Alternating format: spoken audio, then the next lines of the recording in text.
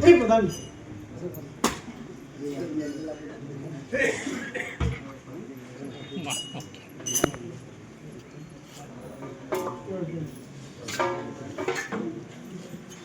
अरे पता नहीं अरे पता नहीं या जनक नगरामध्ये कोणती झाली महाराज या जनक नगरामध्ये अशा प्रकारे प्रयोग केले. जनक राजाची मुलगी सीता क्या बात है समझ तिने एक फळ मांडलाय. जो फळ पश्चिमाच्या वांगला गुण लागेल त्याच्या गळ्यात तुला मार असतो. क्या बात है समझ अरे पता नहीं देशादेशीच्या खंडोबाच्या राजाने ते आमंत्रणाने की पत्रिकेने आलेले महाराज सर्व देशादेशीचे राजे पत्रिकेने सुद्धा आले आणि आमंत्रणाने सुद्धा नहीं कोणत्या राजाला आली ती पत्रिका आज आपली पत्रिका त्या सूर्याला होती. अरे सूर्य तो साया करता है अरे वो आपली पत्रिका त्या चंद्राला होती. अरे चंद्र तो ढाल देता है ठीक आहे महाराज. अरे आपली पत्रिका त्या वायूला होती. अरे वायू तो वायू वगैरे करता है अरे आपली पत्रिका त्या अग्नीला होती. अरे अग्नि तो अग्निहोम करता है अरे आपली पत्रिका त्या नरकाला होती. अरे नारद तो माझ्या मंदिरामध्ये गायन करत बसला आहे महाराज आपण सगळ्या देवाला आपल्या लंकेत सगळ्या कामाला ठेवले वाटते. अरे रामजी महाराज आपली पत्रिका त्या सगळीला होती. अरे सगळीचं लहान लहान मुलाची पाचवी होते ठीक आहे महाराज. त्याच्यामुळे आपल्याला काही सांगता येणार नाही. महाराज आपली पत्रिका अशा प्रकारे 6 समुद्र खारे 6 समुद्र घोडे 6 समुद्र खारे 6 समुद्र घोडे त्याच्या पलीकडे आपल्या गावाचा मेळा करून ठेवला होता महाराज. ठीक आहे रामजी सात समुद्र खड्या माझ्या डाव्या बाजूच्या अंगुठ्याला लागत आहे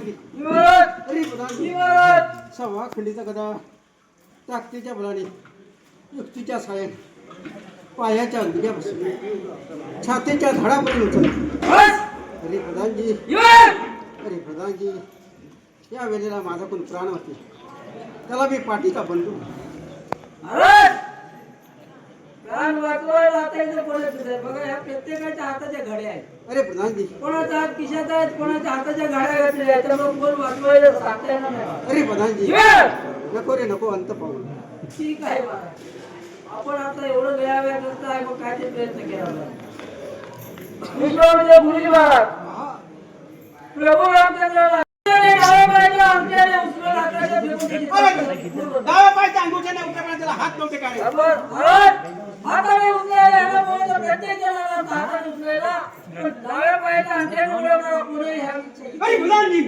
अरे प्रधानजी आकाशातून मोठ्या पोळ्याचा अक्षता पडल्याचा खुणा कोणाला आकाशातून त्या मोठ्या मुलाच्या अक्षता पडल्या या कोणावर सुद्धा पडल्या नाही तर आपल्याला उभे राहिलेल्या प्रत्येकाच्या डोक्यावर पडल्या नाहीत किंवा माझ्या सुद्धा नाही अरे प्रधानजी त्या मोठ्या मुलाच्या अक्षता प्रभू रामचंद्राच्या डोक्यावर पडल्या अरे या त्रिभुवनामध्ये अक्षता पडल्या कोणाच्या पडल्या महाराज त्याही अक्षता प्रभू रामचंद्राच्या पडल्या ठीक आहे या मानवाच्या पोराचा जे जयकार होत आहे 3 रात्र 3 दिवस इतर लंकेत पडून तर अज्ञानाचा लंका